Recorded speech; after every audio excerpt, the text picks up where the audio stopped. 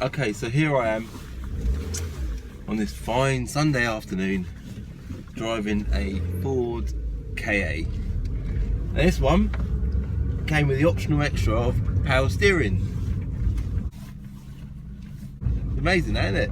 So when you turn, it's really easy to turn. And what else does it have? It has a tape player, so it doesn't just have a radio, it also has a tape player. There's an Audi RS6 there. This isn't quite as fast as an Audi RS6. It's a 1.3 petrol engine. So this one's got grey bumpers. Whoever bought this car new didn't go for the colour coded option. It's got a clock on the dash. It's also got a 5-speed manual gearbox. It's got blue seats, as you can see behind me.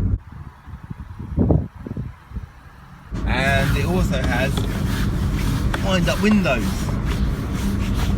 or some people like to call them keep-fit windows.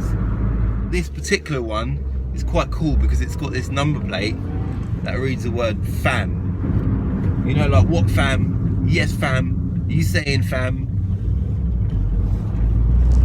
That's the use of the word fam. And this KA is sporting that number plate. So it's iconic, this car.